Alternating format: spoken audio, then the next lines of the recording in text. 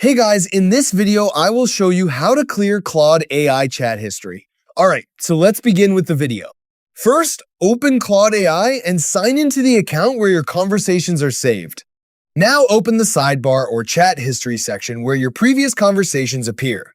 On desktop, this is usually on the left side. On mobile or smaller screens, you may need to open the menu first. Find the conversation you want to delete and click on it to open it. Quickly check the chat to make sure it is the correct one, because deleted conversations may not be recoverable.